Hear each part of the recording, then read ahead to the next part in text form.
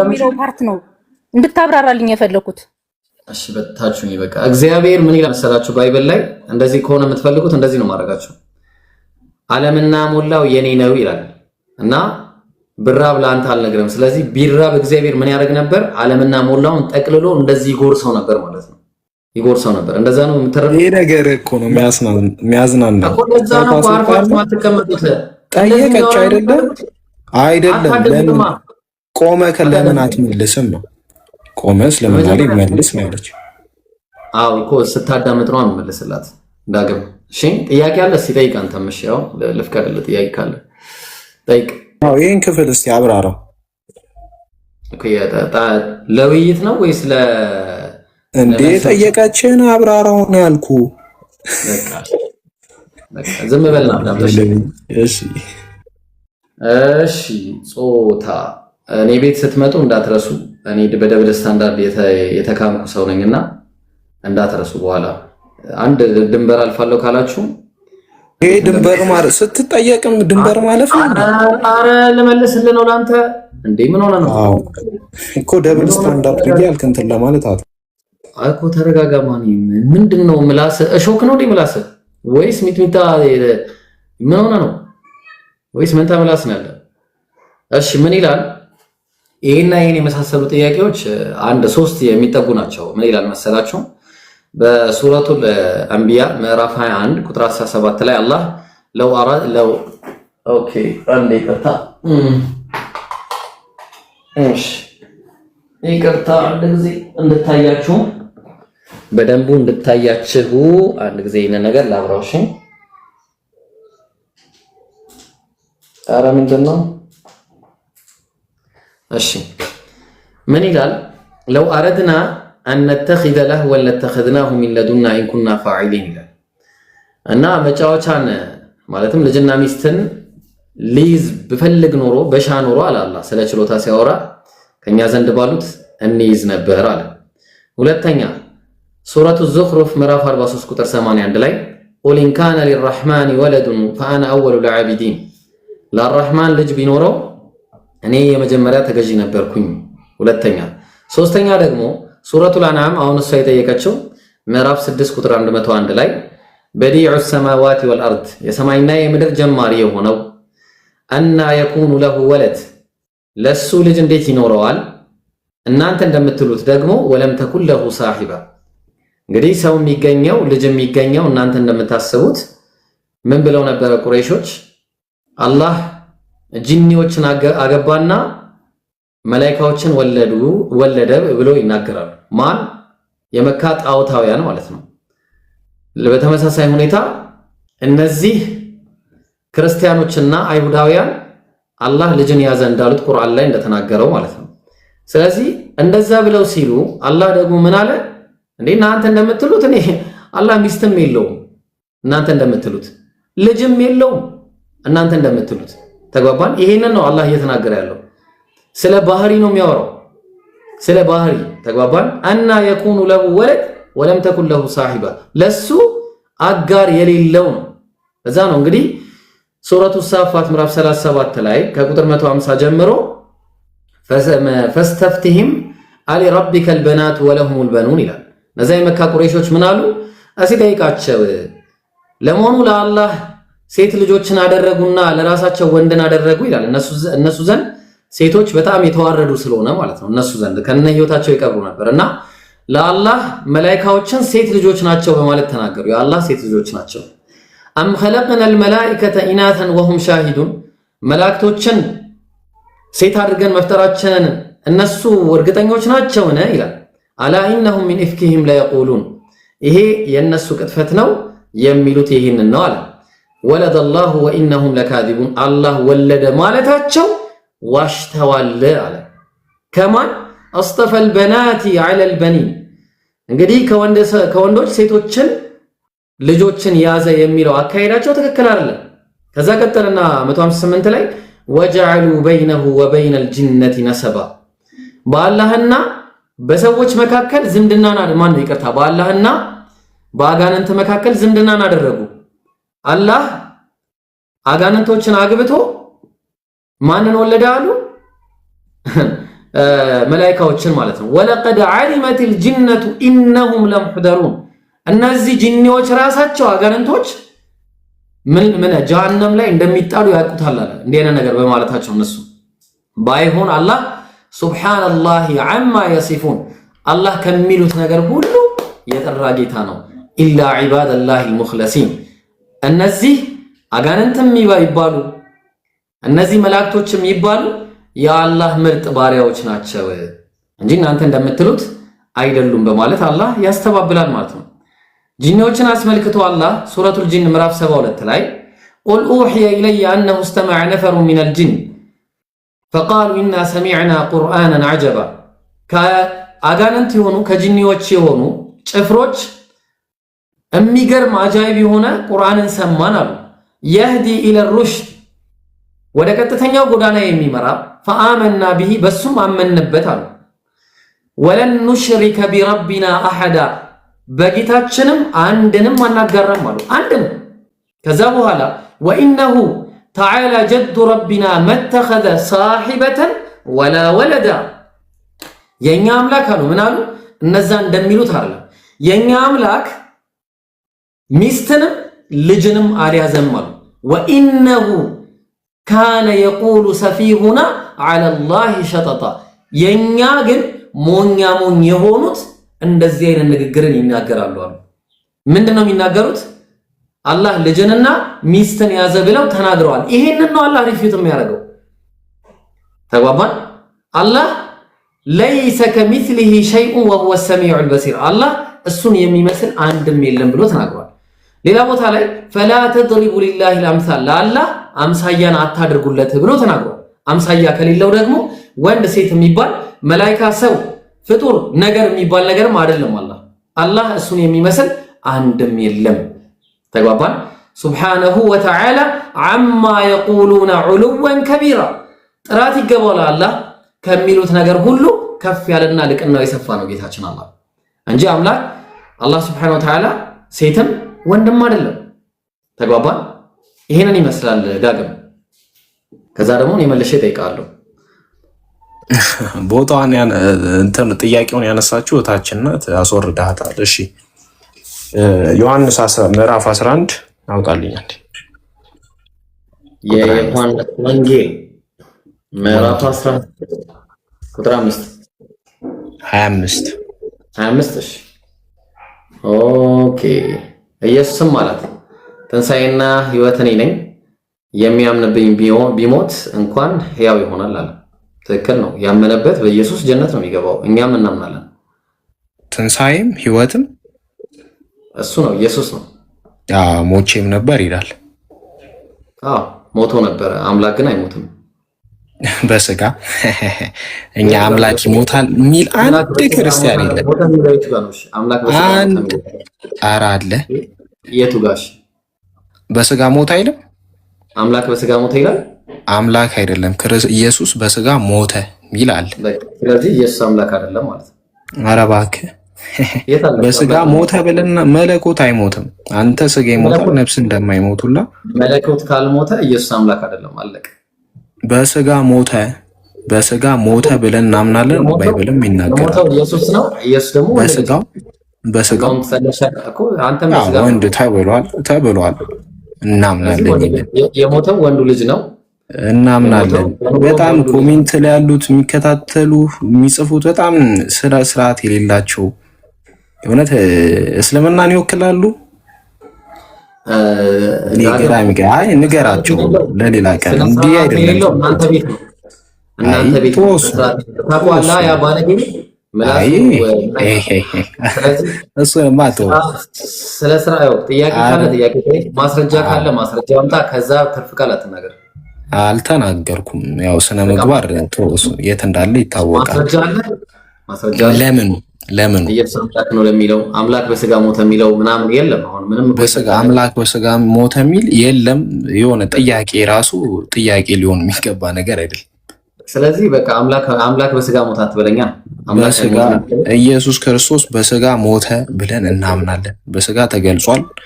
ትክክል ነው። ዮሐንስ 1:1 ላይም ትክክል ነው። አልተቃወምኩም። ስለዚህ በስጋ ሞተ ይላል። ያ ደግሞ በስጋ የሞተው ኢየሱስ ክርስቶስ። እኛም በስጋችን ነው የምንሞተው፣ የሚሞተው ነፍሳችን አይደለም። እሺ እስልምና ላይ ጠይቅ መብት ነው ይቻላል። እንዳታስወርደኝ። እሺ አንዴ በስራንታ አውራ እንጂ ለምን አስወርዳለሁ? ጋራ ስነ ምግባርማ የተካንበት ነው። ሲናያለን። እሺ ሚዩት አደረግ። እሺ ሌላ ክርስቲያን ካለ መግባት ትችላላችሁ። ክርስቲያኖች ካላችሁ ጥያቄ መጠየቅም ከፈለጋችሁ ጥያቄ ስትጠይቁ ያው ስርዓት ይዛችሁ ምናምን ትችላላችሁ። እሺ ነብዩ ስንት ሚስት ነበራችሁ? አንተ ስንት ነው የምታውቀው? እስቲ ንገረኝ። ኧረ ይኸው አየህ፣ አሁን ጥያቄ ነው የጠየኩ። ስንት ሚስት አላችሁ? አላቅም። ስንት እንዳላችሁ አላቅም። እሺ እኔም አላቅም። እሺ አታውቅም? ይሄ መልስ ይሆናል? እሺ ምንድነው ጥያቄ? ከዚህ ላይ ከአንድ በላይ ሚስቶች ስንት ሚስቶች? ብዙ ሚስቶች ነበራቸው። ኦኬ እሺ። በአንድ ሌሊት ከ9 ሚስታቸው ጋር ተገናኝተዋል? መብታቸው መሰለኝ፣ ሚስታቸው ናቸው እኮ። ተገናኝተዋል ወይ ነው ያልኩ ጥያቄ ነው። አዎ ተገናኝተዋል። አዎ በአንድ ሌሊት። እሺ አዎ እሺ። እና አንድ ማወቅ የምፈልገው ነገር አለ። እሺ ያው እስልምና እንዳልሆነ እንግዲህ ብዙ ሰው ያውቃል ብዬ አስባለሁ። ዋህብያና አባሽ የሚባሉት ምንድነው ልዩነታቸው? አንተ ዋህብያ ነው መሰለኝ። ልዩነታችሁ የአባሽና እና ሱፊ የሚባለው ምን ታደርጋለህ መሰለኝ? ሱፊ የሚባልም ዋህብያም አባሽ የሚባልም አናውቅም። ይቅርታ እኛ ሙስሊሞች ነን። ኧረ ተው። ከአርሽ በላይ ብለው የሚያምኑ አሉ። ከአርሽ በታች አላ አህባሽ ምናምን የሚባል ነገር ታሳይኛለህ? ከይቅርታ ጋር አህባሽ ምናምን እኮ አይ የለም። ዋህብያ አህባሽ የሚባሉ አስተምሮት የላችሁም እናንተ? የለም፣ ወፍ የለም። እሺ አላ ከአርሽ በላይ ነው ብሎ የሚያምኑ አሉ። አንድ ስንት ሰዓተኛ ይወርዳል ብሎ የሚያምኑ አሉ። አሁን ጥሩ ጥያቄ ጠይቅ። አላ ከአርሽ በላይ ነው ይላል ቁርአኑ። እሺ ሁለት ቀኝ እጅ አንድ ባት አለው ብሎ የሚያምኑ አሉ። በምሳሌ ነው ብላችሁ ነበር አለው የሚለው ማስረጃ ከየት ነው ያመጣው? እኔ ባይሆን እግዚአብሔር ሁለት ቀኝ እጆች እንዳሉት ከባይብል ሰጣለሁ።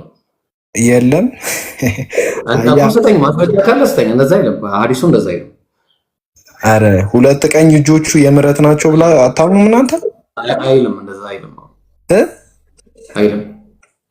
እሺ ፖስት ያደረኩት ላይ አለ። እሺ አንዴ ወርጄ ድጋሚ ላምጣልህ ሐዲሱን። ቁርአንም አለ ሐዲስም አለ። አታምጣ፣ እኔ ላምጣልህ። እሺ እኮ ሁለት ቀኝ እጅ አንድ ባት እንዳለው ይናገራል። የእናንተ እግዚአብሔር እንደዚህ አነጋገር ካለ አየሃት ስትጠየቅ ሚለውን አንብቤ መጣሁኝ ጠየቅኩ። የእናንተ እግዚአብሔር ብለህ ለማንትን ለማለት አትሞክር። ሲጀመር ማለት ነው ስድብ ምናምን ነው የሚለጥፈው። ኢብራሂም ሲጀመር ፖስቱ ላይ ስድብ ምናምን ነው የሚለጥፈው። ምንም ስድብ አይደለም። ኧረ እባክህ ምኑ ነው ስድብ? ተው። እኔ በእናትህ እኔ አንተ ፈላስፋ አይደለም። በጣም አይደለም። በጣም ባለጌ ሰው ነክ። ኧረ እባክህ ፈላስፋ ነህ ስላልኩ አላህ ይስቃል ብለህ የምታምን ሰው ኖ አንድ ነገር ልንገርክማ። የእግዚአብሔርን ስዕል ስሎ ያሳይክ። የእግዚአብሔርን ስዕል ስሎ ያሳይክ። እኔ ካንተ ጋር ወላሂ ሳልና ያሳይክ። አየህ አሁን ራሳችሁ ላይ ቆመ መመለሳት። እኔ ወላሂ የእግዚአብሔርን ስለ ብታሳየው እንትን ይላል። አንተ አሁን ማለት እንደናንተኛ እንወርድም። ኧረ ጃ በእናትህ ኧረ ሚውት አድርግ በእናትህ። አይደለም ቆይ የለጠፍኩት ያው ፈላስፋ ሰው ነኝ ስለማልወድ። ቆይ የለጠፍኩትና ፍልስፍና ከኔ ጋር ነው የሚያወራው። ኧረ ካንተ ጋር ነው ካንተ ጋር የሐዲስ ክፍል አለ አይደለ? አውጣው። የለጠፍኩት ላይ የለጠፍከውን ስልክ የት ነው ያመጣከው? ቶ አለ የለም ነው አሁን ቶ ጥያቄ። የለጠፍከውን ስልክ የት ነው ያመጣከው? ጥያቄን ትቀጥላለህ። የለጠፍከውን ስልክ የት ነው ያመጣው? አሳትሜው ልበልህ እኮ። ከየት ነው ያመጣከው? አሳትሜው እኮ። ማን ነው እሱን የአላህ ፎቶ ነው ብሎ የሰጠክ? አረ ሐዲሱ ይናገራል በእናትህ። ኖ ስለ ስዕሉ ነው እያወራ ያለው። ስለ ስዕሉ አሁን ጃኒ አንተ ፈላስፋ ነህ፣ ዞረ ጥያቄዎችም ቤትም ማይመታ ስላልሆነ ከኔ ጋር ነው የምታወራው፣ ከማንም ጋር አታወራም። እኔ ካንተ ጋር ደግሞ ከማወራ ቦርድ ሲሉን ኬዝ ነው ያመጣከው። አለ ይስቃል ብለህ የምታምን ሰው እኮ ነህ። ውረድ ይስቃል ደስ ሲለው እንትን ትወርዳለህ። ጃቢር አንድ ጊዜ ትወርዳለህ። አንድ ጃቢር አሁን አንድ ጃቢር ይቅርታ ወላሂ ራስህ ላይ መመለስ አሁን እንደፈለግህ ታወርተህ ልታስወርደኝ ማለት ነው። አንተ ብራዘር ቆይ አንድ ጊዜ እሺ ምን ሆነ ነው? እኔ ወላሂ ነው የምልህ እንደዚህ አይነት አካሄድ ከመጣ ማለት ነው ነፍስን እስከምጠላ ድረስ ነው። አካሄድ አይደለም ያለ ነው የተጻፈው ነው የነገርኩህ። ጥያቄህን እመልስልሃለሁ አርፈህ ተቀመጥ። አዎ እኮ ይላል አይደለም? እሺ ሁለት ግራ ሁለት ቀኞች አንድ ባት አለው ይላል አይደለም? ሁለት ግራ እግር ነው ያለው። እመልስልሃለሁ። ቆይ አንዴ እንደዛ ከሆነ ልመልስልህ እኮ ያንተም መልስልኝና ይሄን ደግሞ አብራራለሁ። እግዚአብሔር ላይ ነው የምዘምተው። ዝም በልና አዳምጥ። አዎ ያንተም መልስልኝ። አንተ ላይ ቆመ መልስ። የኔን ነው የምመልስልህ። የኔ የራሴን የትም ሳልሄድ ማለት ነው። አዎ ይላል ሁለት ቀኞች አንድ ባታ ነው። ሁለት ግራ እግር እንዳለው ይላል። ትክክል ነው። አታውራ አይልም ቁርአኑ አይልም። አንድ ባት አታውራ አይልም። ላሳይ ነው። አታውራ ኧረ እሺ በቃ እግዚአብሔር ምናምን ብለህ እንትን አትበል። አሁን የራስህ ላይ ቆመ መልስ። መጀመሪያ ዝም በል። በቃ የራስህን መልስልኝና የኔን ጠይቀኝ። አዎ እኮ ዝም በልና አዳምጥ። ልመልስልህ። አዎ የኔን ጠይቀኝ መጀመሪያ የራስህን መልስ እኮ ልመልስልህ ነው። እሺ ቆይ አንድ ጊዜ ተረጋጋና ማን ወዳጃችን። እሺ አንዴ ፋይሉን እያወጣሁልህ ነው። ተረጋጋ። እሺ ከኔ እጅ የትም አታመልጥም። የሚገርም ነገር ማለት ነው። ፋይሌን አንዴ ላውጣልህ። ፋይሌን አታመልጥ። እሺ ጎበዝ፣ ትክክል። እናንተ እኮ እንደ ጀግና አይደለ እንዴ? ምን ሆነ ነው? ያውና ምን ሆነ ነው? በጊዜ ሰተን ማውራታችን ራሱ በነገራችሁ ላይ እዚህ ላይ እመጣለሁ። እሺ ተመልሼ መምጣት አይቀርም። ምንድነው የሚለው መሰላችሁ? እንግዲህ መጅሙዑል ፈታዋ ላይ እዚህ እንግዲህ በጣም የሚገርም ሐዲስ አለ። ተመልከቱ። ቱሰፉ የዳሁ ቢልየሚን፣ የአላህ እጆች ቀኝ በመባል ይሰየማሉ። ተግባባን? በስያሜ ደረጃ ወሽማል ግራ በመባልም ሚን ሐይቱል ኢስም አለ በስም ደረጃ ተግባባን። ከማ ፊ ሐዲስ እብኑ ዑመር ልክ የእብኑ ዑመር ሐዲስ እንዳለው ወኪልታ የደይሂ ወኪልታሁማ የሚን ሁለቱም ቀኞች ናቸው አለ። ምንድነው ቀኞች ሲባል እንየው። ሙባረከቱን የተባረኩ ሚን ሐይቱ ሸረፍ ወልፈድል ከልቅናና ከብልጫ አንጻር ሁለቱም ቀኞች ናቸው። አንደኛው ሌላኛውን አይበልጥም ማለት ነው። ወከማ ፊል አሐዲስ አሰሒሃ አልኡኽራ እንግዲህ ሌሎች ሐዲሶች ላይ እንደሚገኘው ማለት ነው። ለምሳሌ አላሁ ሱብሓነሁ ወተዓላ ለሁ የሚን ወሽማል አላህ ቀኝና ግራ አለው ይላል በስም ሚን ጂሀቲል ኢስም ከስም ደረጃ ቀኝ ግራ የሚባሉ ስሞች አሉት። አማሚ ሚን ጂሀቲል ፈድል ተግባባን። ከብልጫ ግን አንጻር ከሆነ ፈኪልታሁማ ሁለቱም የሚን ኃይል አላቸው ማለት ነው። ሙባረከቱ የተባረኩ ናቸው ሁለቱም እጆቹ። ለይሰ ፊሂማ ነቅስ በሁለቱም ላይ ምን የለም ብልጫ ነው ጉድለት የለም ማለት ነው። የአላህ ሁለቱም እጆቹ ቀኝ ብሎ ሲናገር ስለ ብልጫ እንደሌለው ነው። ተግባባን። ቢወጅህ ሚነል ወጅህ በየትኛውም አይነት መንገድ የአላህ እጆች ምንድናቸው ቀኞች ሲባል ከዚህ አንፃር ለዛ ነው አላህ ምን አለ በል የዳሁ መብሱጠታኒ ዩንፊቁ ከይፈ የሻ አላህ ሁለቱም እጆቹ ምንድናቸው? ሁለቱም ለጋስ ናቸው። አንደኛው ከሌላኛው የሚበልጥ አይደለም ነው። ተግባባን። ስለዚህ አሁን አላህ ቀኝም ግራም እንዳለው ሐዲስ እናምጣ። ሰሂህ ሙስሊም 2788 ላይ ምን አሉ ነብያችን ሰለላሁ ዐለይሂ ወሰለም የጥዊ ላሁ ዐዘ ወጀል አሰማዋት የውመል ቂያማ አላህ የቂያማ ዕለት ሰማያትን ይሰበስባቸዋል ይጠቀልላቸዋል። ثم ياخذهن بيده اليمنى በቀኝ እጁም ይይዛቸዋል። ثم يطوي الارضين ከዛ በኋላ እሺ አለፍኩት ይሄንን ከዛ ምድሮችን ደግሞ ይይዛቸዋል በምን ቢሽማሊሂ በግራው ደግሞ ይላል። ተግባባን። ስለዚህ አላህ ቀኝም ግራም በሚል በሁለቱም መሰየሙን ታያላችሁ። ተግባባን። አሁን የሚን የሚለው ቃል ታዲያ ምንን አመልክቶ ነው የሚመጣው ቁርአን ላይ ሲባል ሱረቱል ሐቃ ምዕራፍ 69 ቁጥር 45 ላይ ለምሳሌ ኢብራሂም እነዛ ጣዖቶችን ሲደበደባቸው ምን አለ? ፈራገ ዐለይሂም ደርበን ቢልየሚን ምን አረገ? ተመልከቱ፣ የሚን የሚል ነው የገባው። በኃይልም የሚመታቸው ሆኖ በእርሱ ላይ በድብቅ ተዘነበል አለ። በምን በኃይል ተግባባን? ኃይል የሚለው ነገር ምንን አመልካች ሆኖ ይመጣል? ቀኝ በሚል ይመጣል ማለት ነው። ተግባባን? ኃይል የሚለው እሺ፣ ጃን አስገቡት። እሺ ጋይስ፣ ሁለተኛ ሌላ ምሳሌ ሱረቱ ሳፋት ምዕራፍ 37 ቁጥር 93 ላይ ምን ይላል? ኦኬ ይቅርታ፣ እዚህ ደግሜ ያስቀመጥኩት እንዴ ፈራገ ዐለይሂም ደርበን ቢልየሚን። አዎ ይቅርታ፣ ቅድም የጠቀስኩት ጥቅስና የምዕራፉ ይለያያል። እሺ ሱረቱል ሐቃ ምዕራፍ 69 ቁጥር 45 ላይ ለአኸዝና ሚንሁ ቢልየሚን አለ ነብዩ ሰለማን ነው ጅብሪል የተሰጠውን ቁርአን በአግባቡ ይዞ ባይመጣ ኖሮ በቀኝ ይዘው ነበር አለ። ቀኝ ማለት ምንድነው ሲተረጎም በኃይል ይዘው ነበር አለ። አየው በኃይል። ስለዚህ ቀኝ የሚለው ኃይልን ተክቶ የሚመጣ ነው። ግልጽ ነው።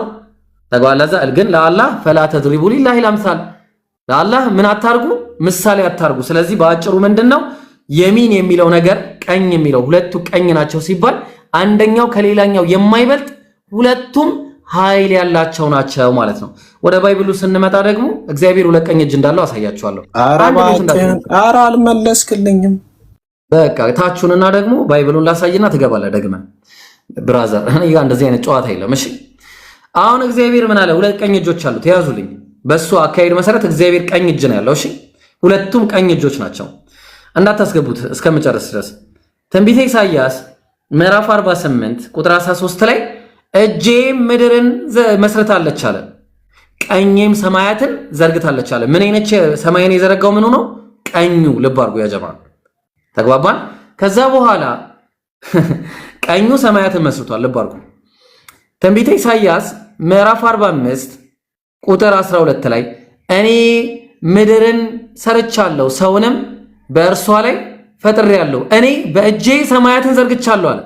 ኦኬ እግዚአብሔር በእጁ ሰማያትን ከሆነ የዘረጋው ቀኜ ሰማያትን ዘርግቷል ካለ እግዚአብሔር በእጆቹ ሲዘረጋ ምንድነው ያደረገው? የዘረጋው ቀኝ፣ ሁለቱ ቀኝ እጆች ናቸው ማለት ነው። አያችሁ የእግዚአብሔር ሁለቱም እጆች ቀኝ ናቸው። ይኸው ሃንድስ ነው የሚለው። ሃንድስ የዳይ ብሎ ነው ያስቀመጠው። የዳይ ማለት ምንድነው? ሁለት እጆች ናቸው፣ ጥንድ ነው። ተግባባን? ስለዚህ እግዚአብሔር ሁለት ቀኝ እጆች ናቸው ያሉት። ያው እግዚአብሔር ሰማያትን በቀኙ ሰራ። አያችሁ በእጆቼ in my hands የዳይ አያችሁ የዳይ ነው የሚለው። ዕብራይስጡ ምንድነው የሚለው? የዳይ ደግሞ የዲ ቢሆን ኖሮ እጄ ነበር የሚሆነው። የዳይ ማለት ደግሞ ምንድነው?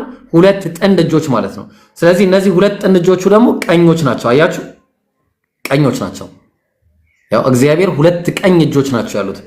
ወላሂ ለምታመጡት ለእያንዳንዱ አለ ለምትሉት ጥቅስ አለ ለምትሉት ነገር ደብል ስታንዳርድ የማላመጣው ነገር የለም፣ ወደዳችሁም ጠላችሁ ማለት ነው። ስለዚህ አሁን በአግባቡ ጥያቄ እኛ ኢየሱስ አምላክ ነው ብለን እንጠይቃለን። እናንተ የምትጠይቁት ደግሞ እሺ አሁን ጥያቄው ተመልሷል። ሌላ ጥያቄ ካለ ቀጥል። ጥያቄ ሌላ አለ? ሌላ ጥያቄ አለ? ጠየቅኩ።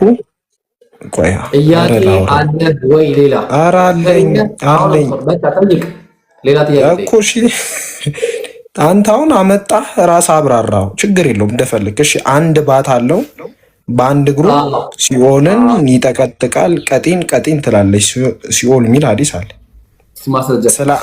ስለ አንዱ ባት አስረዳን። ክፈት ማስረጃ ክፈት። ስለ አንዱ ባት አስረዳን። ክፈት ማስረጃ አለ የለም? እሺ ማስረጃ አለ? አረ አለ በሚገባ ክፈት። ጎበዝ እንድከፍት ነው የምፈልገው እኔ። አንድ ባት የለውም? ክፈት ማስረጃ። ሲኦልን በአንድ እግሩ ይጠቀጥቃታል የሚል ሐዲስ የለም? ማስረጃ ክፈት። እግዚአብሔር የለም አለ። ለዘምት ነው ወላሂ ነው ማለት። ክፈት ማስረጃ። ምንድነው መዝመት? መልስ ጠየቅኳ። በቃ አንዴ 2 ሚኒት። እሺ ኦኬ። ሳትዘጋጅ ነው የመጣው። ማስረጃ ክፈት ትልሃለሁ። አንዴ ኔትወርክ። እሺ ክፈት። እሺ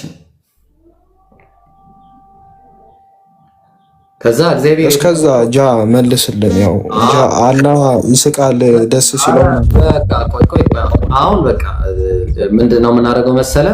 በአንተ ምክንያት ይሄ ሁሉ ሰው ሊማር አላህ ይስቃል ብሎ ያምናል ጃ። አሁን በአንተ ምክንያት ይሄ ሁሉ ሰው ሊማር ነው። የሚገርም ነገር ማለት ነው። ይሄን ሁሉ ሰው ላስተምር ነው በአንተ ምክንያት። ተባረክ የኔ ወንድም። ማን ወዳጃችን በለጠ፣ በጣም በአንተ ምክንያት ብሩክ ሁን። እሺ የእግዚአብሔርን ባህሪያት ልናይ ነው። ባህሪያት ብሩኩን የተባረከ አንተ የተባረክ ነህ እኮ እንዴ! የእግዚአብሔርን ባህሪያት አስተምራለሁ ቁጭ አድርጌ። ብሩክ አንተ ብሩክ ነህ። በጣም የሚገርም ነው። እግዚአብሔር ሩህሩህ እግዚአብሔር ህዝብ ያስጨርሳል፣ ይጸጸታል። ተግባባን? ህዝብ አስጨርሶ ምን ያደርጋል? ይጸጸታል። ያንተ እግዚአብሔር በእስራኤል ላይ ሳውልን ስናነገሰ ተጸጸተ። ተጸጻች አምላክ ነው ያለ። ሁለተኛ እግዚአብሔር የሰው ልጅን በምድር ላይ በመፍጠሩ በልቡ አዝኖ የሚጸጸት አምላክ ነው ያለ። እንደዚህ ማለት ነው። አየው? ተባረክ። ብሩክ ነህ አንተ። አትነካኩኝ ነኝ። እሺ እግዚአብሔር ዘጸአት 15 ላይ እግዚአብሔር ተዋጊ ነው። ተዋጊ አምላክ ነው ያለ፣ ሰዎችን የሚወጋ። ተግባባን? አንደኛ ሳሙኤል 15:3 ላይ ህፃናትን የሚያስገድል ወንዱን፣ ሴቱን፣ ብላቴናውን፣ ህፃኑን፣ በሬውን፣ በጉን፣ ግመሉን፣ አህያውን ግደሉ የሚያስጨርስ አምላክ ነው ያለ። ተግባባን? እንቀጥላለን። ገና አምላክ ያፏጫል። ያንተ አምላክ ኢሳይያስ 7:18 ላይ በዚያም ቀን እንዲህ ይላል፣ እግዚአብሔር በግብፅ ወንዝ ዳርቻ ያለውን ዝንብ በአሦር ሀገር ያለውን እያለ ይጠራል። ያንተ አምላክ አንተ ስለመሳቅ ነው አይገርም? እያለ ይጠራል። ያንተ አምላክ ይታያል እያለ የሚያፏጭ አምላክ ነው ያለ። ሶስተኛ ትንቢተ ኢሳይያስ ምዕራፍ 7 ቁጥር 20 ላይ በዚያም ቀን እግዚአብሔር ከወንዙ ማዶ በተከራየው ምላጭ በአሦር ንጉሥ የራሱን እግር ጸጉሩን ይላጨዋል አለ። ብራዘር ጸጉር ያለው አምላክ ነው ያለ። ተግባ ምላጩም ጺሙን ይበላዋል አለ። የሚበላላ እንደዚህ ይዞ በምላጭ በምናምን እንደዚህ ጺሙን የሚላጭ አምላክ ነው ያለ። እንደዚህ እንደውን ነው የምትፈልገው። ትንቢተ ሆሴዕ ምዕራፍ 10 ቁጥር 10 ላይ ምዕራፍ 11 ቁጥር እግዚአብሔርን ይከተላሉ እሱም እንደ አንበሳ ያገሳል እያለ የሚያገሳ አምላክ ማለት ነው። እያለ የሚያገሳ ባገሳም ጊዜ ልጅ እያለ ይቀጥላል። እሺ እግዚአብሔር አንደኛ ቆሮንቶስ ምዕራፍ 1 ቁጥር 25 ላይ ከሰው ይልቅ የእግዚአብሔር ሞኝነት ይበልጣል። እግዚአብሔር ሞኝ ነው ይላል መጽሐፍ። ይታያል? ሞኝ ነው ይላል መጽሐፍ። እኔ አይደለም ያልኩት። የእግዚአብሔር ድካም ከሰው ይልቅ ይበረታል አለ። እግዚአብሔር ደካማ ነው ይላል መጽሐፍ። አየው? ትንቢተ ዘፍጥረት 2:2 ላይ እግዚአብሔር የሰራውን ስራ በሰባተኛው ቀን ፈጸመ፣ በሰባተኛውም ከስራው ሁሉ አረፈ። ደክሞት የሚያርፍ የሚንገላታ አምላክ ነው ያለ ማለት ነው። ትንቢተ ኢሳይያስ ምዕራፍ 42 ቁጥር 14 ላይ ከድሮ ዘመን ጀምሮ ዝም ብያለሁ፣ ዝም ብዬም ታግሻለሁ። እኔም ታግሼ ነበር ተወኝ ብዬ ማለት ነው። ተወ በቃ ብዬ ከዛ በኋላ ምን ሆንኩኝ? ምጥ እንደያዛት ጮኩብህ ማለት ነው። ይኸው እግዚአብሔርም ምጥ እንደያዛት ሴት እጮሃለሁ አለ። እንደዚች እያለ ማለት ነው። እያለ እንደዚህ እንደለ ነው የፈለከው። መዝሙረ ዳዊት ምዕራፍ 78 ቁጥር 65 ላይ እግዚአብሔርም ከእንቅልፍ እንደሚነቃ ተነሳ፣ የወይን ስካር እንደተወው እንደ ኃያልም ሰው እንደ ሰካራም ሲነሳ ታያለ። እንደ አይነት አምላክ ይዘህ ነው እኔ ጋር የምመጣው። እግዚአብሔር ከተማ ለማየት የሚወርድ አምላክ ነው ያለ። አየው? እግዚአብሔር የአዳምን ልጆች የሰሩትን ከተማና ግንብ ለማየት ወረደ ይላል አምላክ። ሶስተኛ ታግሎ የሚሸነፍ አምላክ ነው ያለ። ይደባደባል እግዚአብሔር እንደዚህ በቦክስ በምናምን በቲራ በሸርተቴ በምናምን። ዘፍጥረት 32:28 ላይ አለም ከእንግዲህ ወዲህ ስም እግዚአብሔር ይባል እንጂ ያዕቆብ አይባል፣ ከእግዚአብሔርና ከሰው ጋር ታግላ አሸንፋልና። ታግሎ የሚሸነፍ አምላክ ነው ያለ ብራዘር። አየው? እያንዳንዱ ሜታፎሪክ የሚወሰዱትን እንደዚህ የምትወስድ ከሆነ አሳያለሁ ማለት ነው እንዴት እንደሚሆን። መዝሙረ ዳዊት ምዕራፍ 44 ቁጥር 23 ላይ አቤቱ ንቃ አምላክ ንቃ እየተባለ በሰዎች ዘንድ እየተናቀ በነቢያቱ የሚናቅ አምላክ ነው ያለ። ብብት ያለው አምላክ ነው ያለ ብራዘር። ኢሳይያስ 40 ቁጥር 11 ላይ መንጋውን እንደ እረኛ ያሰማራል፣ ጠቦቶቹንም በክንዱ ሰብስቦ በብብቱ ይሸከማል አለ። ብብት ያለው አምላክ ነው ያለ። ስለ ባታወራለህ አንተ። ብብት አለው ጸጉር አለው ወይስ የለውም ብዬ ልጠይቅህ ብራዘር። አፍ አለው እግዚአብሔር፣ አይኖች አሉት፣ ቀንድቦች አሉት፣ ከንፈር አለው፣ ምላስ አለው፣ ጫማ አለው። ተግባባን? ይቀመጣል እግዚአብሔር። በምኑ ነው የሚቀመጠው? ትመልሳለህ ይሄን ሁሉ ማለት ነው። ይቆማል እግዚአብሔር። በምኑ ነው የሚቆመው? ያሸታል እግዚአብሔር። እንዴ አፍንጫ እስትንፋስ አለው እግዚአብሔር። ይስቃል ሲጀመር ብራዘር። ምን ሆነ ነው እንዴ?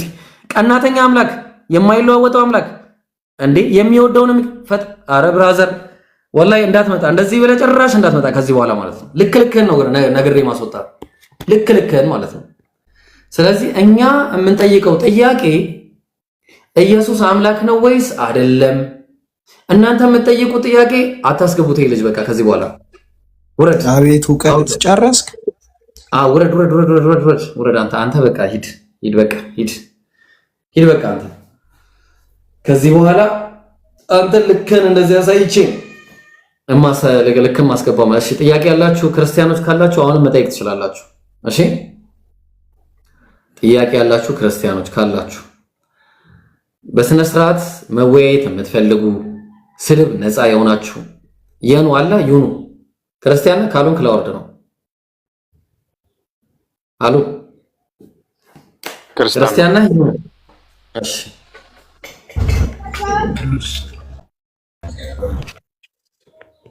እሺ ይኑ አለ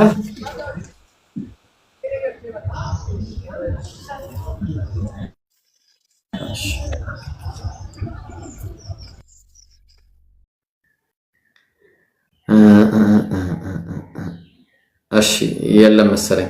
እሺ ባት ያለውን አስረዳን። ትክክል ናችሁ። እሺ እሱ ማስረዳት አለብኝ። አላህ Subhanahu Wa Ta'ala ወየውመ ዩክሸፉ ዐን ሳቅ እንግዲህ የባትን በሚገለጥበት ቀን ይላል አላህ። እንግዲህ ይህን ነገር በሁለት እይታ ማየት ይቻላል። የዛ ቀን ክብደትን አስመልክቶ የተናገሩ ዑለማዎች አሉ። አይ አላህ ሊትራሊ ስለ ባት ነው የሚያወራው፣ ግን እኛን የማይመስል ከሰዎች ጋር የማይመሳሰል አላህ ልክ እጅ ተብሎ እንደተገለጸው ሁሉ ባት ተብሎ ተገልጿል የሚል እይታም አለ። በሁለቱም ብንሄድ ችግር የለውም። ምክንያቱም አላህ ለይሰ ከሚስሊሂ ሸይኡን አላህ እሱን የሚመስል አንድም የለም። ጀሰድ አይደለም አላህ። ተግባባን? አላህ እኛ እንደምንለው አካል አይደለም። ተግባባን? ስለዚህ ያን ያለው ነገር አላህን የሚመስል አንድም የለም። እሱ ሁሉን ሰሚና ተመልካች ነው። አምላክ አላህ Subhanahu Wa Ta'ala እውቀት አለው። እኔና እናንተም እውቀት አለን። ተግባባን? ሶ አምላክና እኛ አንድ ነን ማለት ነው። የአምላክና የኛ እውቀት አንድ ነው? ኖ አምላክ ያያል። አምላክ ያያል ማለትና እኛ እናያለን የሚለው ነገር በጭራሽ ከኛ ጋር የሚገናኝ ነገር አይደለም። በጭራሽ። ስለዚህ አምላካችን አላህ Subhanahu Wa Ta'ala እሱ በሚገባውና ለሱ በሚያምርበት ሁኔታ ባት አለው። ለሱ በሚያምረውና ለሱ በሚገባው ሁኔታ አላህ እጆች አሉት። ለሱ በሚያምርና ለሱ በሚገባው ሁኔታ አላህ ፊት አለው። አላህ ለሱ በሚገባና ለሱ በሚሆን ሁኔታ ለሱ የሊቁ ቢጀላሊሂ እግር እንዳለው አላህ ነግሮናል። ሶ አላህ ከነገረን ውጪ ደግሞ መናገር አግባብ አይደለም። አላህ የነገረንን እንናገራለን፣ ያጸደቀውን እናጸድቃለን። አላህ ያልነገረንን ደግሞ ዝም ነው የምንለው። የለውም አለውም ብለን ምንም የምንናገረው ነገር የለም። ተግባባን?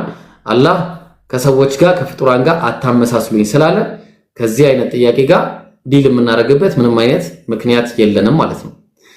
ኦኬ በስርዓት ማውራት ወይ ጃ እንትን እኔ ደግሞ ምን ሐሳብ አለኝ መሰለ፣ እኔ አሁን ክርስቲያኖች እግዚአብሔር ልክ እንደኔ አይነት እጅ አለው ብዬ አምናለሁ። እንደኔ አይነት ጥፍር ያለው ምናምንና በአሁን ሰዓት አሁን ኢየሱስ ክርስቶስ በሰማያት ነው ያለውና ይንቀሳቀሳል ነው ይበራል ነው አየር ላይ እንዴት ነው የሚሆነው? ማለት ኢየሱስ የሚኖርበት የማይኖርበት ቦታ አለ ማለት ነው። ማለት በቃ ኢየሱስ በቃ የሆነ ቦታ ካለ የሆነ ቦታ የለም ማለት ነው። እና እንዴት ነው የሚረዱት ይሄንንስ?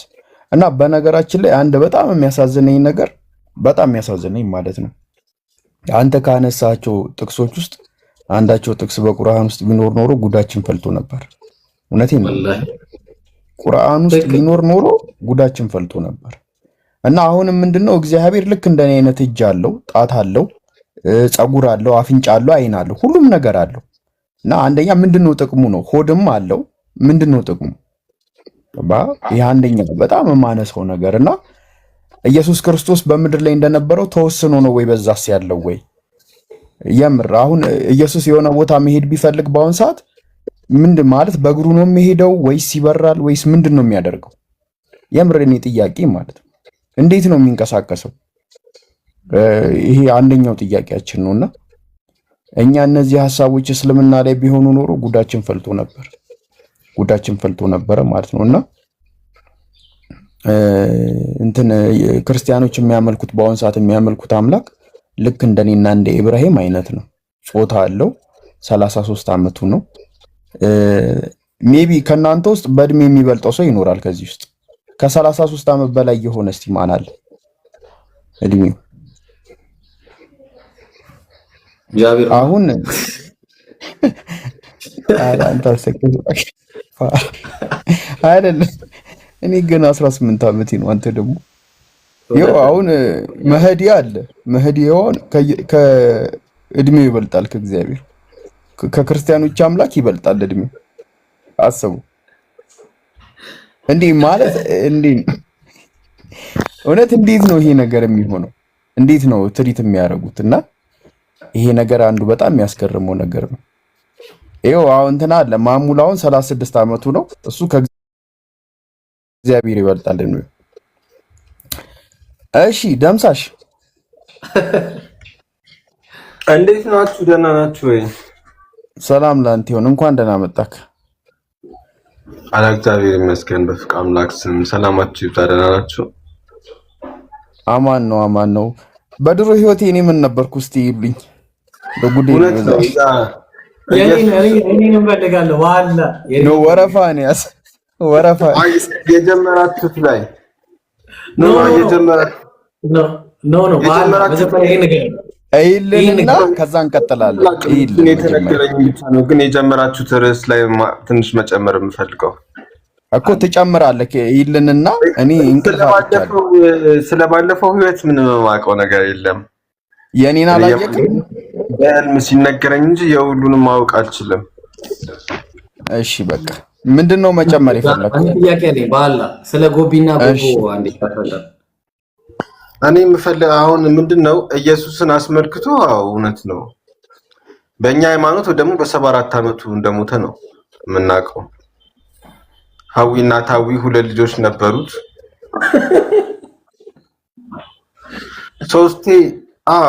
ሶስቴ ደፍሯል ኢየሱስ በእኛ እውነት። አይ ተው ፍቅር ሲዘም እንዴ ምን ሆነ ነው? ተው ይቅር። ይሄንንማ አንድ አይ እኔ አልፈቅድልህም ወላሂ ይቅርታ። በእኔ ቤት ኢየሱስ አይሰደብም። እኛ እኮ ኢየሱስን እኮ አንጠላም። ቅዱስ ኢየሱስ ነው፣ ቅዱስ ነብይ ነው። ጥላቻ የለብንም። ኖ አይ ኢየሱስ ሶስቴ ደፍሯል የሚል ምንም አይነት ማስረጃ የለም። ይሄንን የተከበረ የአላህ ነብይ አያረግም፣ ወላሂ አያረግም። ኢሳ አለይሂ ሰላም የአላህ መልእክተኛ ነው፣ የአላህ ክቡር የአላህ መልእክተኛ ነው። በጭራሽ ይሄን አልፈቅድልህም። ፍቅር ሲዝም ከይቅርታ ጋር አሁን ባይሆን የቀደሙን ነገር ብትነግረን ደስ ይለናል። አሁን እኔ ጥያቄ ያለኝ ምን መሰለህ ፍቅር ሲዝምዬ፣ እኔ ስለ አዳምና ሔዋን ልጆች ማወቅ እፈልጋለሁ። ማን ነበር ያልከን? አዳምና ሔዋን አይደሉም። መጀመሪያ የመጡት ሶስት ሰዎች ናቸው። አጆና ጎጎቢና ጎፎ፣ ሶሊና ሶሎ የሚባሉ በአጠቃላይ ከሶስት ዝርያ 6 ሰዎች ማለት ነው። ከሶስት ዝርያ ከጥቁር 2 ከነጭ 2 ከኤዥያ ደግሞ ይሄን ቻይና አካባቢ ያሉት ደግሞ 2።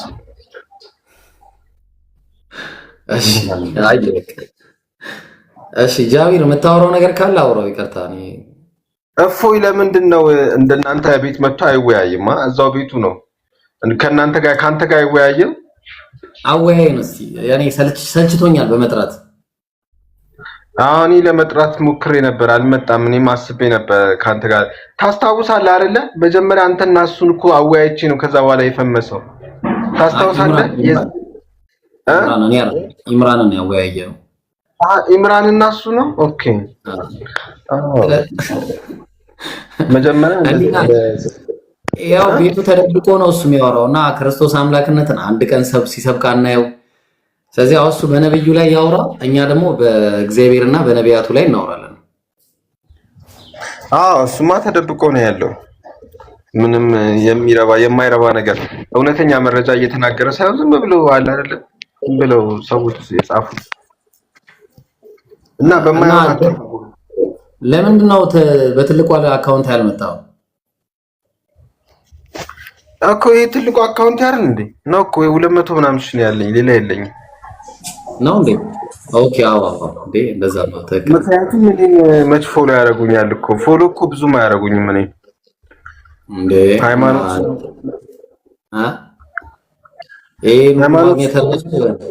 የሚገርም ነው። እኔ አሁን በድሮ ህይወቴ ምን እንደነበርኩ ብትነግረኝ ጥሩ ነበረ፣ ግን የኔ ግን አልተገለጠልኝ። እውነት ለመናገር ምንም ነገር የማንንም ሰው አይታየኝም። በህልም ያንዳንድ ሰው ነው የሚነገረኝ። የሁሉንም እኔ እኮ ነብይ እንጂ አምላክ አይደለሁም። እንደዚህ አንዳንድ ቸርች ሄደ ሁሉንም የሚያውቁ ነብዮች አሉ። ነብይ ሁሉንም አያውቅም። የተነገረው እስቲ ምን ሰራህ በነብይነት እስከዛሬ ድረስ? ምንድነው የሰራው ነገር? እንዴ ስንት ትንቢት ነው የተናገርኩትኝ? እኔ እንኳን አሁን ከፖለቲካ ትቼ ወደ ብልጽግና ተቀላቅያለሁ ስል አሜሪካ እኛ ፖለቲካ ነክ ነገር አናወራም። እኛ እዚህ ቤት ፖለቲካ ነክ ምናምን የለም። አራፖም ይወራው ተነሳብኝ ፖለቲካ መተዌን እኮ ነው ያወራው ያሉት መተዌን ነው ከተው ችግር የለም። አይሽ መተዌን ነው ያወራው ያሉት ትቻለው ብዬ ሳወራ ከዛ በኋላ አሜሪካ ፋኑን አሸባሪ ያለች አረ በቃ ተው። አረ ነው ሰውዬ አረ ተው ብልጽግና ደጋፊ እንዴ አረ ተወን ስማት በልበል እኔ ላወርድ ነው እኔ እኛ ቤት እንደዚህ አይነት ነገር አይወራም። አሁን ጥያቄ አላስፈን ነው እንዴ? እሺ ምን መሰለ ፍቅር እስከ መቼ ነው ግን እንደዚህ ሰው እየሸወድክ የምኖረው? የእውነት ማን ነው ሲሸውድ ያየው? ምንድን ነው የሸወድኩት? ምን አንተ አሁን ትክክለኛ ነብይ ነህ እንዴ? እኔ ከሰባቱ ነቢያቶች ውስጥ አንዱ ነኝ። 7 ነቢያት ብቻ ነው እስካሁን የመጣው በምድር። ማን ነው ላንተ የተነበየልህ? ቆይ እስቲ አንዴ ማን ነው ላንተ የተነበየልህ ነብይ? ሰባት ነቢያቶች የትኛው መጽሐፍ ነው ስላንተ እስቲ በስክሪፕቸር አንድ ነገር የተናገረልህ? አሁን የመጡት 7 ነቢያቶች ናቸው። ከሰባቱ ነቢያቶች ውስጥ አንዱ ማን ነው? ገብቶኛል። ማን ነው መጥቶ እስቲ ካንተ በፊት ማስቲ የሆነ እስቲ ነገር እስቲ በየትኛው ስክሪፕቸር ላይ እስቲ? እኔ እንግዲህ ነገርኩ ሁሉንም በህልሜ ኢየሱስን በህልሜ አይቻለሁ። ነብዩ መሐመድም ከአንድ 3 ያናግረውኛል። ገብርኤልን መላእክቶች ሁሉ አናግረውኛል። የተበወዕ መባዕደሁ ጀነ ነብዩ ነው እዚህ ቁጭ አድርጌማ አላዋርደም። ሂዱ ረዳክ ሂድ። እንደዚህ አይነት ነብያችን ሰለላሁ ዐለይሂ ወሰለም መን ከዘበ ዐለይየ ሙተዓሚደን ይቅርታ እንግዲህ ከነብዩ አትበልጥም ዐለይሂ ሰላቱ ወሰላም በእኔ ላይ እያወቀ የዋሸ ሰው ጀሃነም ላይ መቀመጫውን ያዘጋጅ ብለዋል። ነብያችንን በተአምር ልታይ አትችልም አንተ። ነብዩን እኔን ያየ በእርግጥም አይቶኛል ነው ያሉት። ነብዩ በሸይጣን አይመሰሉም። በተአምር ልታያቸው አትችልም። አንተ አጭበርባሪ ነብይ ነህ፣ አጭበርባሪ ነህ። እሺ ሮቤል ይቀጥል። እኔ አላከብረም ወላሂ አንተ እንዴት ነህ? ሰላም ነው ኢብራሂም? እንዴት ነህ? አማን ነው? አልহামዱሊላህ። ኢየሱስንና ነብዩን ለመሳለክ ትመጣለህ? እኛ ጋር ሁለቱም ክቡር ናቸው እኮ ኢየሱስ ደፈረ ነው። ይቅርታ ትንሽ ጫጫታ አለና አንዳንድ ጊዜ ታውቃለህ የሆነ ተከባብሮ ሰው እርስ በራስ ተቻችለው ይረብሻል። ይቅርታ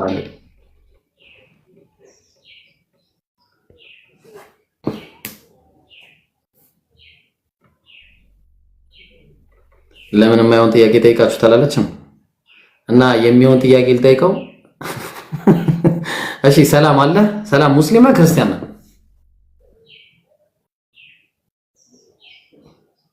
ሰላም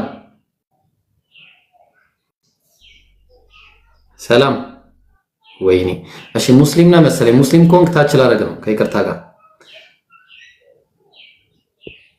ዲንዳንዶ ጃኮ በጣም የሚያስቸግረው ወላሂ ተወኝ። አንተና እኔ ማነስ ጋር እንዳስገባው ራሱ ነው ያላቀም። ይቅርታ እንግዲህ አቢና ጎቦ ዲዲና ዶዶ ምናምን እያስባልክ እንዴ።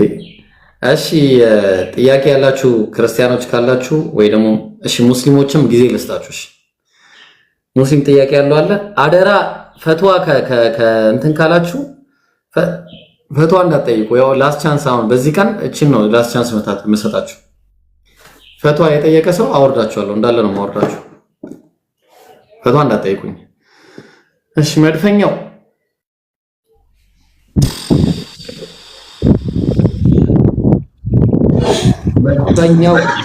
ሰላም አለይኩም። እንዴት ነህ? አማን ነው? ወአለይኩም ሰላም ወራህመቱላህ። እንዴት ነህ? እሺ አልሐምዱሊላህ ደህና ነኝ። ጥያቄ ነበረኝ። እሺ ጠይቅ።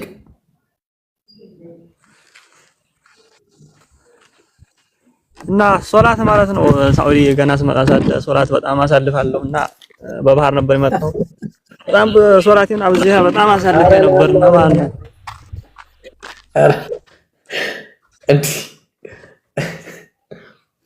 ከየት ነው የምትሰበሰቡት ግን ለአላህ ብላችሁ?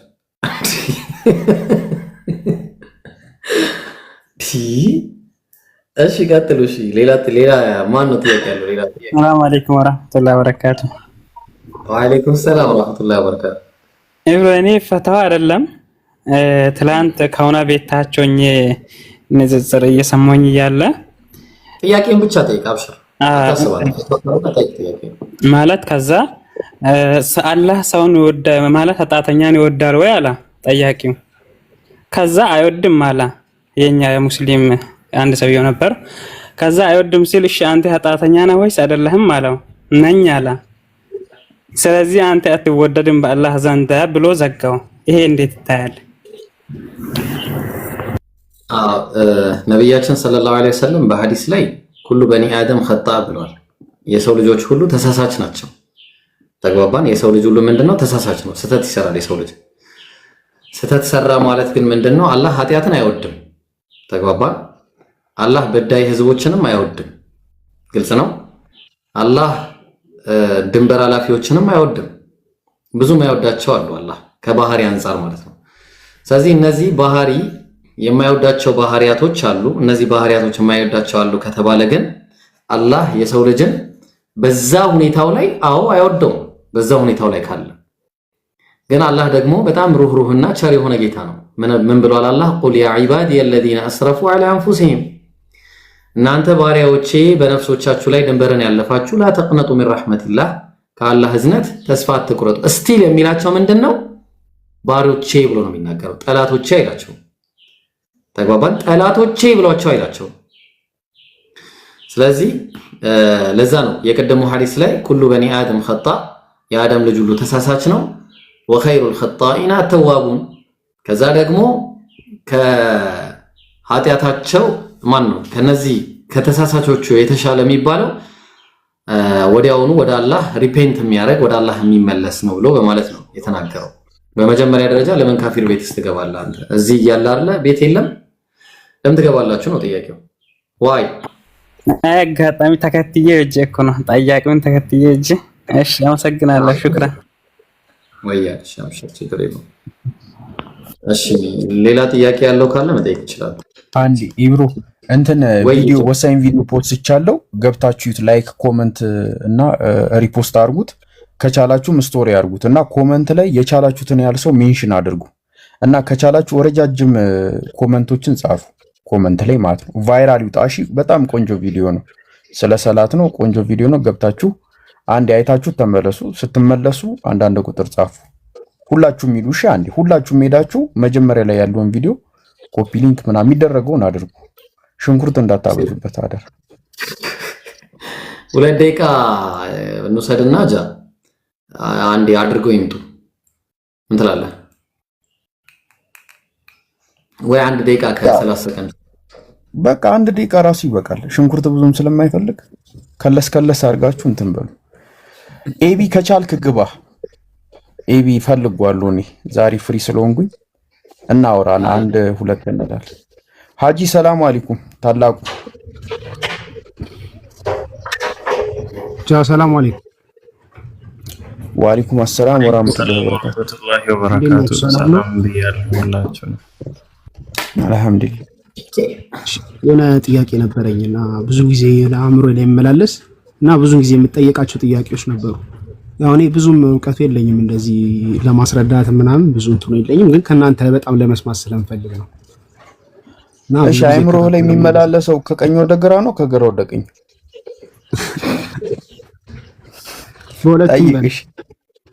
ጠይቅሽ እና ምንድነው ይሄ የእስልምና ላይ 4 ሚስት የሚባሉት ነገሮች ለምንድነው የተፈቀዱት የሚሉትን በጣም አብዛኛው ጊዜ የምጠየቃቸው ጥያቄዎች ለመመለስም ከባድ የሚሆኑብኝ ጥያቄዎች ስለሆኑ ኢብሮይን ነገር በደንብ ብታብራሪልኝ ደስ ይለኛል። እና እኔም ለማብራራት እኔ እንትን ልበልና ኢብሮ ያብራራልሃል። ማን ነው የሚጠይቅህ እንደዚህ መጥቶ? አይ እኔ አብዛኞቹ ጓደኞቼ ክርስቲያኖች ናቸውና ብዙ ጊዜ ይጠየቃሉ እንደዚህ አይነት ነገሮች። ለዛ ነው። ኦኬ እነሱ ናቸው የሚጠይቁክ? እነዚህ አይነት ነገሮች ሲጠይቁኝ እኔ ብዙ ጊዜ ለመመለስ ተቸገራለሁ። ስንት አግባ አሉ ከነሱ? አይ በእናንተ እንደዚህ ነው ብለው ይጠይቁኛል። ገብቶሃል እኮ አገባ እንደዚህ ምን እንደሆነ ታውቃለህ? ኤቢ ላሳይክ። አሁን ምን መሰለህ ሁሉ ጊዜ ጥያቄ አመላላሽ ሆነክ ሳይሆን እዛው ድባቅ ነው የምትመታቸው በሆኑ መልስ ማለት። ምክንያቱም ሁሌ ስትጠየቅ መተህ ትጠይቃለህ እንሰጣለን መልስ በቃ መልስ ጥያቄና መልስ አመላላሽ ሆነ ከምትቀር በራስህ እንድትቆም ማለት ነው። ገባካ? አሁን እነሱ አንተ ላይ ኮምፕሌን አድርገዋል። ለምንድን ነው 4 ሚስት የምታገበው ብሎ ማለት ነው። ስንት ላግባ በላቸው ጥያቄ። አይ አይደለም እነሱ አሁን ብዙ ጊዜ በእነሱ አሁን አንድ ነው የሚባል ነገር አለ አይደለ? አሬቢ ስማኝ፣ ስንት ነው በላቸው በቃ ሂድ። እኔ የምልህን ብቻ አድርግ። ገባካ? ሂድና 4 ምናምን ብሎ ሲያሰ ስንት ላግባ በላቸው። እነሱ ይምከሩ። አንተ ተሳስታል ችግር የለውም። ከዛ አንድ ይለዋል ማስረጃ ስጡኝ በላቸው። ገባ? ኦኬ በእነሱ ነው መጠየቅ ያለብኝ። ዋው ስንት ነው? እሺ ስንት 4000 ስህተት ነው። ስንት ላግባ በላቸው። አንድ ይሉካል ማስረጃ ስጡኝ በላቸው። ኦኬ እሺ። ከዛ በእነሱ ግን የነሱ ትልቁ እንትን ነብይ ወይ ደግሞ ሐዋርያ ወይ እግዚአብሔር ሰውም ልትሉት ይችላል። 1000 ሚስት ያገባም እናውቀዋል። 1000 እሺ ቁጥር ላይ እንዴት ነው? አይ ጎበዝ ነው። 1000 ሚስት እና ለ2 ዓመት ባይዘው አንዳንድ ይሁን ላይ ደርሳቸው ላይካው ሚስቶቹን ለማድረሱ ለ2 ዓመት አንዷን ያገኛት ለ2 ዓመት በ2 ዓመት ውስጥ ቢያንስ አንድ እንኳን ቢሆን 365 እና 365 ወደ 670 ነው የሚመጣው። ገባ? እንደውም ኧረ እንትን በ3 ዓመትም አንዳንድ ቀን አይደርሳቸው። የሚገርም ነገር ለ3 ቀን ከአንዷ ዕቃ ቢያድር ልጁ ራሱ በቃ ጠቢው ሰለሞን ራሱ በቃ ኮልጌት ሆኖ ማለት እንዴት ነው የሚሆን? ሰማጃ አንዴ ሾሎ አለመቀጥ ራሱ በፍሪክሽን አልከም እንዴ? አረ በጣም ከባድ ነው የሚሆነው። እና አይፈታል እኛ እንደናንተ እንውረድ በቃ ጎተቱን እኮ እና ይሄ ገባካ? በ3 ዓመት ራሱ አንዳንድ ቀን አይደርሳቸው። እንዴት እንደሆነ እንጂ እሺ እና አመሰግናለሁ። እሺ በቃ ስለዚህ ምንድነው የምትላቸው? ስንት ላግባ ከዛ በኋላ አንድ ሲሉ ማስረጃ ከመጽሐፍ ቅዱስ ሌላ ትርኪ ሚርኪ ውስጥ እንዳትገባ። አንድ ወንድ አንድ ሚስት ማግባት አለበት የሚል ጽድት ያለ በቃ ጥርት ያለ ማስረጃ። ከዛ ደግሞ እንትን ስለ ትዳር ከሆነማ እኛ ጥሩ ጥያቄ አለ። እሱንም ሰተን እንሄዳለን። ይብሮ ቀጥል። አዎ ምንድነው መሰለህ ሴት ልጅ ለምን አላገባችም የሚልም ጥያቄ ሊያነሱ ይችላሉ። ስለዚህ አሁን ለምን ለሴት ተፈቀደ ለምን ለወንድ አልተፈቀደም የሚሉም ሌላ ጥያቄ ሊነሳ ይችላል። ይሄ ጥያቄ ገና ከመጀመሪያው ያልበሰለ ሰው ነው ሲጀመር ልጅ የሚጫወት ሰው ነው እንዲህ አይነት ጥያቄ የሚጠይቀው። የልጅ አእምሮ ያለው ሰው እንዲህ አይነት ጥያቄ ብዙ ጊዜ ይጠይቃል። ምክንያቱም ቅድም እንዳለ ጃቢ መጀመሪያ መጽሐፍ ላይ የሌለን ነገር ነው መጠየቅ ያለበት። አንድ ሰው ነብይ ሆኖ ከአንድ በላይ ያላገባ ሰው የለም። እስቲ ይስጠኝ፣ አንድ ሰው ይምጣና ይስጠኝ። ነብይ ሆኖ ከአንድ በላይ ያላገባ ካለ ይስጠኝ። ኢቨን እግዚአብሔር ነው የሚሰጠው ሚስትን። እግዚአብሔር ምን ያደርግ ነበር? ሚስቶችን ይሰጠው ነበር። የደፈረውን ራሱ እንዴ እዚህ ጋር ማካወራ በጣም ከባድ ነው። ነቢያቶች ይደፍሩ ነበር። ደፍረው ብቻ ሳያበቁ ምን ያደርጉ ነበር? ሌሎች ሚስቶችን እኮ ቢያንስ ጨምርልህ ነበር፣ ለምን እንዴት ታደርጋለህ እያለ ይናገሩ ነበር። ጥሎሽ ብልትን የሚሰጡ ነቢያቶች ናቸው። እንግዲህ ጥሎሽ መቶ ብልት ተቆርጦ ምናምን እንደዚህ በማዳበሪያ ወይ ደግሞ በጆኒያ አለዛ ኩርቱ ፌስታል ተከልክሎ ይሆን አላውቅም። ያው ምናልባት በሱም ተሸክሞ ምናምን እንደዚህ ይረካከቡ ነበር። 1 2 3 4 5 መቶ ብልት ወይ 200 ምናምን ለጥሎሹ ላይ ይሰጣጣሉ ነቢያቶች በዛ ጊዜ። አሁን ቁም ነገሩ ምን መሰለ? ለምንድነው ከአንድ በላይ የተፈቀደ የሚለው? በእስልምና ስትመጣ ውሽማ የሚባልን ነገር አንደኛ የሚያስቀር ነገር ነው። በጣም ትልቅ ሶሉሽን ነው። በዚህ ሰዓት በተለይ ሴቶች ቁጥራቸው ብዙ ነው። የሴት ቁጥር ብዙ ሆኖ ሳለ በዛ ላይ ደግሞ ነብያችን ሰለላሁ ዐለይሂ ወሰለም በተለይ የነብዩን ስታይ ከአንዷ ሚስታቸው ሲቀር ሁሉም እንዳለ አግብተው የፈቱ ናቸው እንዳለ ማለት ልጅ ያላቸው ምናምን ባሎቻቸው የሞቱባቸው እነዚህ ለመርዳት ነበር ሲያገቡ ራሱ የነበረው። እንዲህ አይነት ነገሮች ይበረታታሉ በእስልምና ተግባባን። በእስልምና ስለሚበረታቱ ነው አላህ 4 ድረስ እንድናገባ ፈቀደልን። 4ቱን ግን ማስተዳደር የሚችል ሰው ከሆነ ነው። ማስተዳደር የማይችል ከሆነ ፈዋሂደተን አው ማመለከት አይማኑኩም ነው። አንድ ብቻ ለበቅ ይሄንን እስልምና ብቻ ነው የሚለው።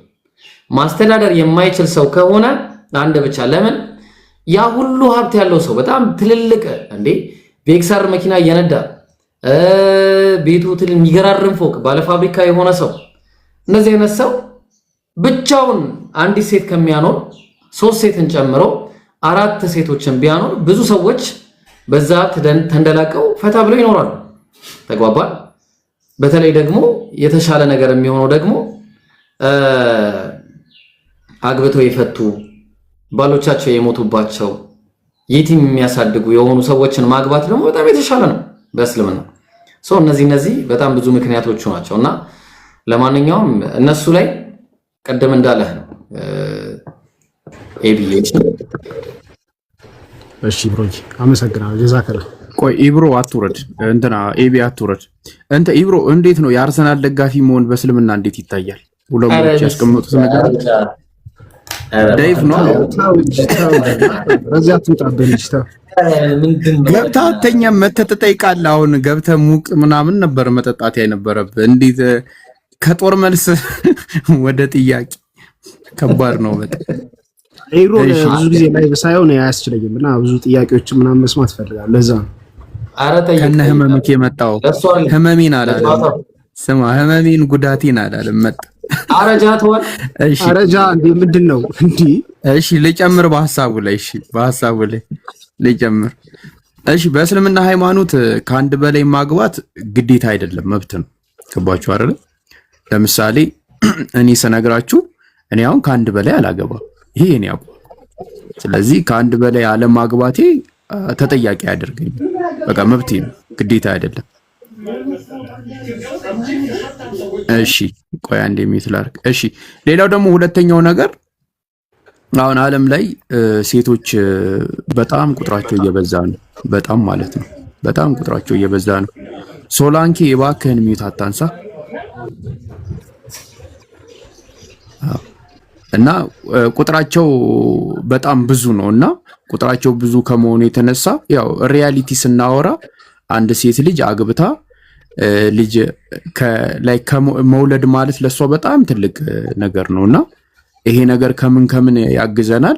አንደኛ ነገር ዝሙት እንዳይስፋፋ፣ ሴተኛ አዳሪዎች እንዳይበዙ፣ በሽታ እንትን እንዳይለ በቃ ይሄ ዝሙት ምናምን እነዚህ ነገሮች እንዳይበዙ ከዛ ነገር አጋዥ ከመሆኑ አንፃር ነው ይሄ የተባለው። ረያን ላግኝክ። ቆይ እሺ ታላቁ አለክ አለውጃ። እሺ የምጨምረው ነገር ካለ ጨምር። አረ የለም ይበቃል። ስንት ነው አንተ የምታገቡ?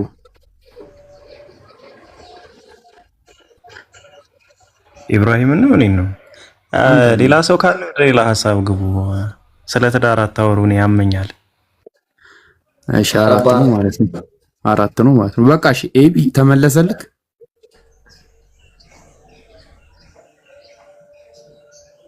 አይ እሱ ተመለሰልክ እኮ አርሰናል ብለን ጠይቅ። እኔ አርሰናል ደጋፊዎች ያሳዝኑኛልና ወደፊት አላህ ብሎ ጥሩ ደረጃ ከደረስኩ እነሱን እሰበስባቸዋለሁ። ሶላንኬ ቀጥል። ሶላንኬ ዶሚኒክ ሶላንኬ የሚባል ተጫዋች አለ ማቀው። አዎ እሺ። ሐሚድ ፔናልቲ ኪክ ፒኬ። ሰላም አለይኩም። ወአለይኩም ሰላም ወራህመቱላሂ ወበረካቱ። እሺ የኔ ጥያቄ የሰው ልጅ የሚኖረው የተጻፈለት ነው ወይስ የምርጫውን ነው ቀድሞ የተጻፈለት? የሥራውን ነው የሚኖረው። የተጻፈው አላህ የሩቅ ሚስጥር አዋቂ ስለሆነ የጻፈው ነው እንጂ ያ ከዛ ነገር መውጣት አይችልም። ኦፍ ኮርስ ለምንድን ነው የማይወጣው? አላህ ስለማይሳሳት አላህ ስለማይሳሳት ከዛ ነገር መውጣት አይችልም። ተግባባን? አላህ አይሳሳትምና። ምክንያቱም አላህ የሩቅ ሚስጥር አያውቅም ካልን ደግሞ አላህ አምላክ ላይ ሆኖ ነው። ስለዚህ አላህ ሁሉንም አዋቂ ነው። ሁሉን አዋቂ ስለሆነ ለቀለም ምን አለው ጻፈ አለው። እስከ የውመል ቂያማ የሚሆነውን ነገር ጻፈ። ዕውቀቱን የተጻፈ እና ከውንይና ሸርዒ የሚባል ነገር አለ። በዚህ ውስጥ ለምሳሌ ወንድ መሆነ በምርጫ አይደለም፣ ሴት መሆኗ አንዲት ሴቷ በምርጫው አይደለም፣ ቀይ መሆነ በምርጫ አይደለም፣ ጥቁር መሆነ በምርጫ አይደለም። እነዚህ ከውንይ ይባላሉ። ይሄና የኔ የመሳሰሉ ነገሮች ግን ደግሞ ሸርዒ የሚባል በሸሪዓ በህግና አርጋ አታድርግ በሚል የሚደረጉ ነገሮች አሉ። እነሱ በነፃ ምርጫ ናቸው። አላህ ቁርአን ላይ እንዳለው ሱረቱል ምንድነው ሱረቱል ካህፍ ምዕራፍ 18 ቁጥር 29 ላይ ፈመን ሻአ ፈልዩእሚን ወመን ሻአ ፈልየክፉር ፈመን ሻአ ፈልዩእሚን ፈመን ሻአ አላህ የፈለገ ይመን የፈለገ ይካድ ነው እንዳለው ቁርአን ላይ ማለት ነው። ይሄ በምርጫና በራሳችን ፍላጎት የምናረገው ስራና በከውንይ በግዴታ የምናረገው የተለያዩ ናቸው ማለት ነው። ግልጽ ነው። ስለዚህ የተጻፈውን እንኖራለን። አዎ እንኖራለን። ለምንድን ነው? የአላህ ዕውቀት ስለማይሳሳት። ሐሚድ ሽክራን ጀዛከላህ። ማይሽ ቀጥሉ። ፒኬ ስሚዝ ሰላም አለይኩም።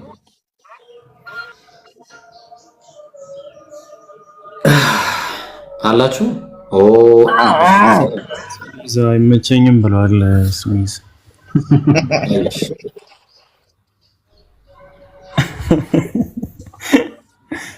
ኢብራሂም ይመቸዋል።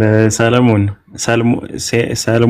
እሺ፣ ኢብራሂም ይመቸዋል። እሺ፣ ሰቃሚ ታደረግ እንዴ ሰለሞን ምንድነው? ቀጥል እስቲ አልክ። እዚህ ጋር ሌላ ሰው ነው እንትን ያለው።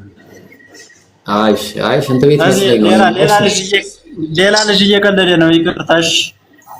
እሺ ጥያቄ አለ? ገነትና ሲኦል በእስልምና እንዴት ይታያሉ? እንደዚህ በሃይማኖት ችግር ብቻ ሰው ሲኦል ይጣላል ብለህ ታምናለህ?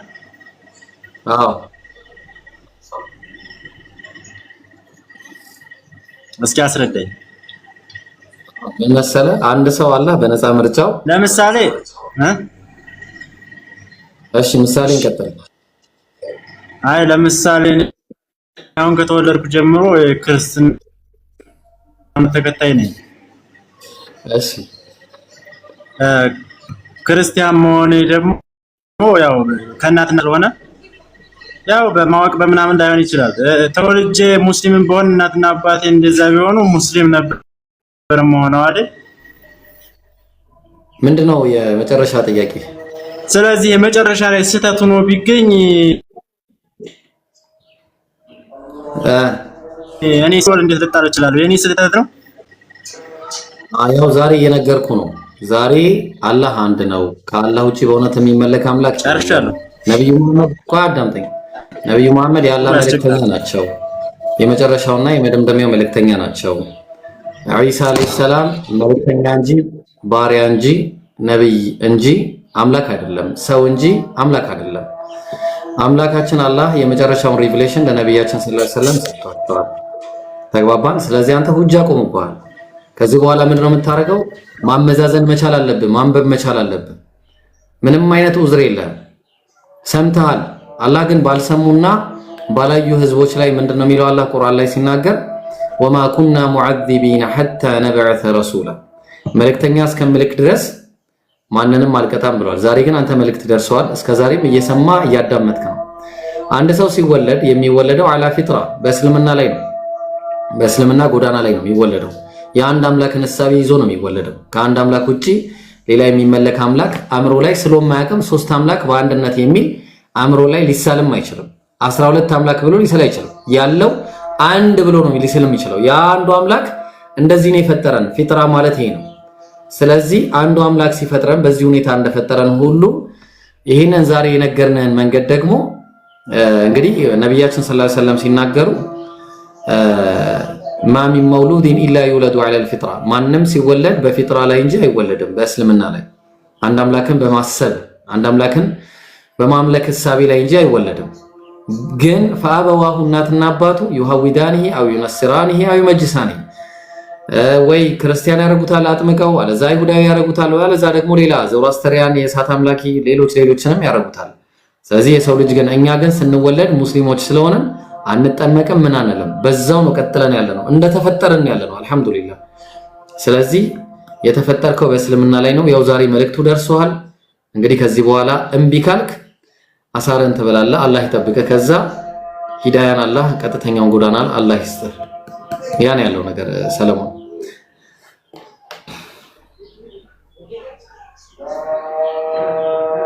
ጨምሩለት ወይ ደግሞ ጠይቁት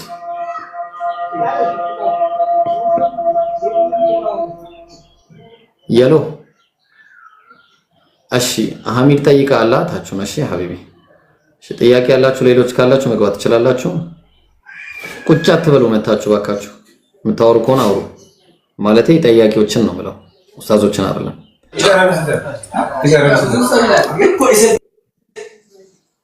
እሺ ደውመን ሰላም አለይኩም ወአለይኩም ሰላም ወራህመቱላህ ኢብሮ እንዴት ናችሁ አልহামዱሊላህ ደህና ነው ሸዋል እንዴት ነው ትልቁን ረመዳን ለመተካት ይሆናል وصلى اللهم على نبينا محمد وعلى آله وصحبه أجمعين ماشي دوما اللهم على نبينا محمد وعلى آله وصحبه أجمعين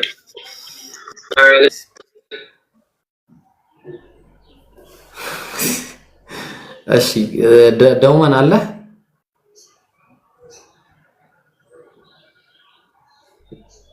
እሺ ደውማን ታችሁን በቃ እሺ ወንድማችን እሺ ያስሚን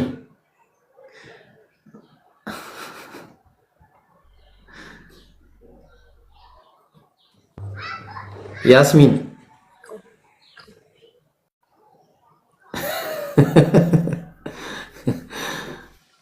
ምንድነው መሰሩት እየገባችሁ ለምን ሰላም አለይኩም ያ ጀማ ወአለይኩም ሰላም ወራህመቱላሂ ወበረካቱ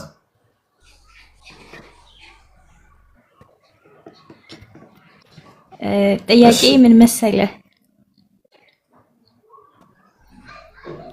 አላገባውም ግን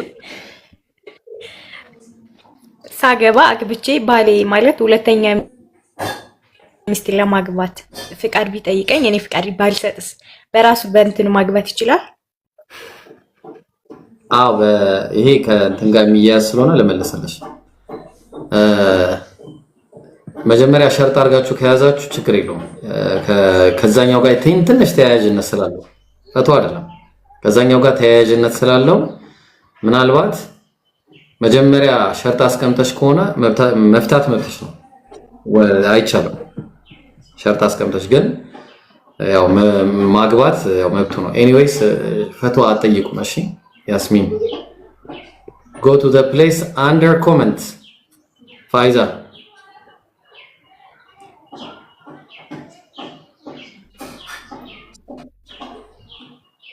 ቀስ ብሎ ነው የሚደርሳቸው እንትኑ ኔትወርኩ ወይስ እኔ ነኝ እንደ ማስቲካ የተሟዘዝኩ ያለሁት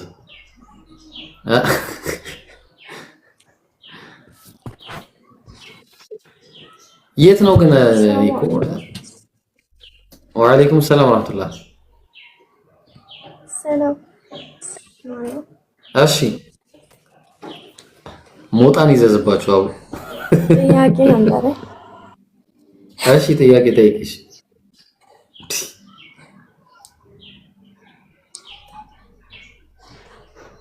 አረ ጠይቂ ላ ኢላሃ ኢላላህ ልጠይቅ ነው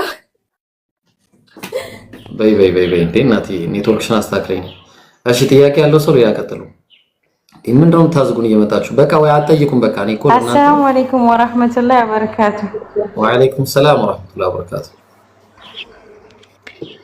አይ ዛሬማ ኢብሮ ምን ሆናችሁ ነው እየተቻኮላችሁ ነው የምትሄዱበት ቦታ ቀጠሮ አላችሁ እንዴ አይደለም አይ እንዴ ስንት ሰው እናስተናግዳለን እኮ አሁን ራሱ አንቺን ከምታወሩ ጥያቄውን ብትጠይቂኝ ስንት ነገር አስተናግዳለሁ እሺ አይ የሆነ ጊዜ ጥያቄ ልጠይቅ ገብቼ ሌላ ጊዜ ትጠይቂያለሽ ምናምን ብላችሁኝ እኔ ስለናንተ የሆነ ጥያቄ ጠይቁን ብላችሁ እናንተን ማለት የሰለሙትን እዚህ ላይ ነፒኬን ነጃን ጠይቁ ተብሎ ወደ ላይ ወርቼ ያ ጥያቄ እስከዛሬ ከጭንቅላቴ ውስጥ አልጠፋልኝ እና ልጠይቅ ወይስ አይቻልም ካልተቻለ ወርዳለሁ ወይ ነግረሻለሁ እንዴት መሰረት ነግረሽ እሺ ቀጥል ኦንሊ ሚ ያለ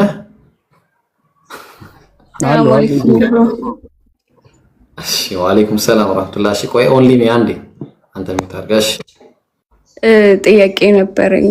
ስለ ጦርነት ጊዜ በነበሩ ሰዓት ባሮች ሴት ባሮች ያለ ፈቃዳቸው ይገባሉ የሚል ነገር ነበርና እሱ ላይ ክሊር እንድታደርግልኝ ፈልጌ ነበር።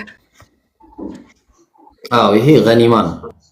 ገኒማ ማለት ስለ ገኒማ ከሆነ ገኒማ እንግዲህ ምርኮ የሚባል ነገር አለ አይደል? ምርኮ ሲሰበሰብ አንድ ላይ ያው ለምሳሌ ነብያችን ሰለላሁ ዐለይሂ ወሰለም ያገቧት አንድ ሚስት ነበረች። እሷን ሲያገቧት ከገኒማ ነው ተግባባን።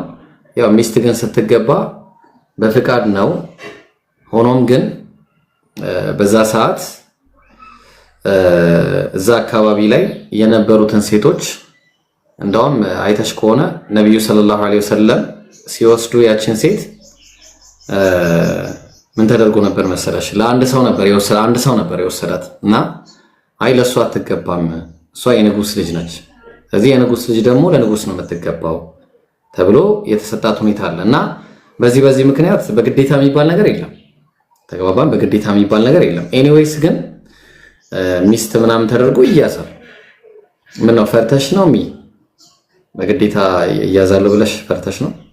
አረ አይደለም። ያው ማለት እስልምና ለሁሉም ነገር ምክንያት አለውና እንደዛ የሚባል ነገር ስሰማ ነገሩ በግልጽ እንዲሆንልኝ ፈልጌ ነው። ሌላኛው እነሱ ሊወሩ ሲሉና ሲወረሩ ደግሞ ለምሳሌ ግዛት በማስፋፋት እስልምናን ለማስፋፋት ግዛት የማስፋፋት ነገር ሲያደርጉ ይወረሩና ያው ተሸናፊዎቹም ይያዛሉ አይደል? በዛ ሰዓት ምን ያህል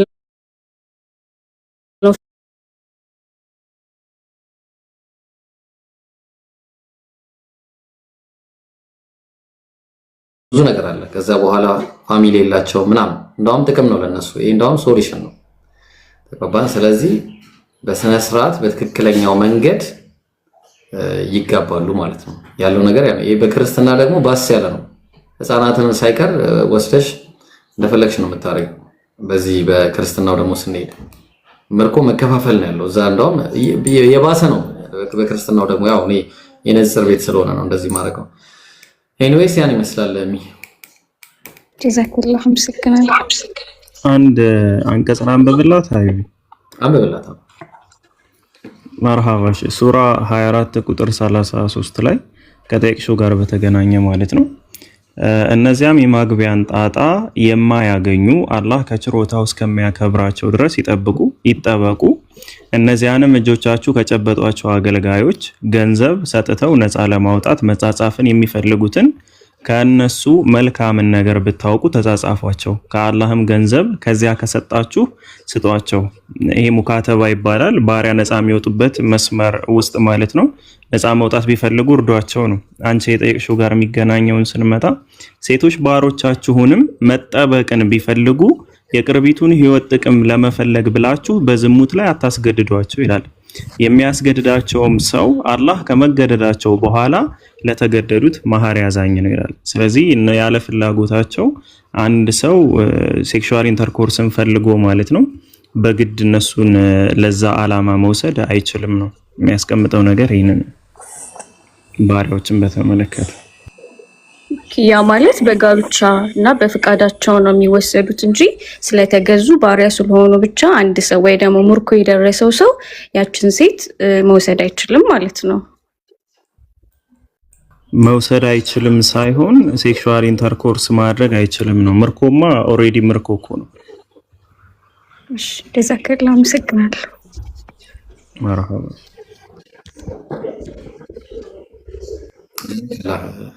ነቲንግ ግባስኪ ኦንሊ ሚ አለ ሲያስመጣው። እሺ ኦንሊ ሚ አለ ወራለሽ አሎ ሰላም ነው። ሰላም እንዴት ነው? አሎ እግዚአብሔር ይመስገን። ጥያቄ መጠየቅ ይቻላል? አዎ ትችላለህ። ከየት ቤተ እምነት? ቤተ እምነት የኔን ለጊዜው ያዘውና ልጠይቅ ፈልጌ ነው። እንዴት ነው የሚይዘው አልነገርከኝ? ስለ እስልምና ማወቅ ነው የፈለኩት ለዛ ነው። አዎ ይገባናል። ላይ ያው መታወቅ እኮ ግድ ነው አይደል? ማን ብዬ ላውራ ምን ብዬ ላውራ? አሁን አንተ እኔ አሁን አባቴ ካቶሊክ ነው፣ እናቴ ኦርቶዶክስ ነች። ስለዚህ ነው አንተ አይ ቤተሰቦች አመለካከታቸው ለኛ አይጠቅመንም። አንተ አሁን ላይ ያለው የኔ አመለካከት ደግሞ ማወቅ ስለፈለኩ ነው። እስልምና ገና አልወሰንኩም። ኦኬ፣ ስለዚህ ሃይማኖት ላይ አይደለህም ነው፣ ገና እያወቅህ ነው። ብዙ እውቀትም የለኝም ቱ ቢ ኦነስት። አይ ችግር የለውም። ልጠይቅህ እኮ አይደለም እንተዋወቅ ብቻ ነው ያልኩህ። ችግር የለውም። ወደ አሁን ሃይማኖት የለኝም ገና ልማር ነው ካልክ ችግር የለውም፣ መጠየቅ ትችላለህ። ያው ጥያቄ እኔ በእስልምና ስለ ድህነት እንዴት ነው የሰው ልጅ የሚድነው ከምንድን ነው የሚድነው የሚለውንና ሰውስ የተፈጠረው ለምንድን ነው የሚሉትን ከዛ በኋላ እየጠየቁ ይሄዳሉ። እያጠራ ነው ማለት ነው። መርሃባሽ በመጀመሪያ ያው የሰው ልጅ የተፈጠረበት ዓላማ ለምንድን ነው የሚለው አላህ Subhanahu Wa Ta'ala ቁርአን ላይ ወማ ኸለቅቱል ጂነ ወልኢንስ ኢላ ሊያዕቡዱን ይላል። ሰውንም ሆነ አጋንንትን አልፈጠርኳቸውም እኔ ሊገዙኝ ቢሆን እንጂ ይላል። ስለዚህ የተፈጠርንበት ዓላማ አላህ Subhanahu Wa Ta'ala ለመገዛት ነው ማለት ነው። ያ የኛ የተፈጠርንበት ዓላማ ነው። ያው ዓላማውን ስለጠየቀኝ ሁለተኛ የሚድኑት ከምንድን ነው ከተባለ ከጀሃነም ቅጣት ወይም ደግሞ ከዘላለማዊ እሳት በክህደት ምክንያት ከምንገባበት ከዘላለማዊ እሳት ከዛ ነው የምንድነው። እንዴት ነው ምንድነው? መጀመሪያ ለመዳን እምነት ያስፈልጋል። አንድ ሰው ማመን መቻል አለበት። ከዛ ያው እምነት ሲባል ደረጃዎች አሉት። ላይክ በልብ ማመን አለ፣ በቃል መመስከር አለ፣ ከዛ በተግባር ማሳየት አለ። እነዚህ ሁሉ የእምነት ክፍሎች ናቸው። ስለዚህ ያመነ መልካም ስራ ይሰራ ለሚሰራቸው ኃጢያቶች ደግሞ የሚጸጸት የሚመለስ ከሆነ የአላህን እዝነት ወይም የአላህን ረህመት ያገኛል። ያ ማለት ይድናል ማለት ነው።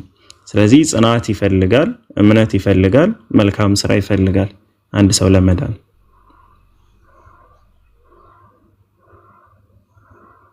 ኦሊሚ ኦኬ አይ እየተረዳው ነው።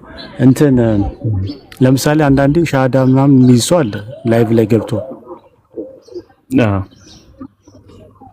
ለምሳሌ አሁን እኔ ቢይዝ እስልምና ብቀበል ዳንኩ ማለት ይችላል?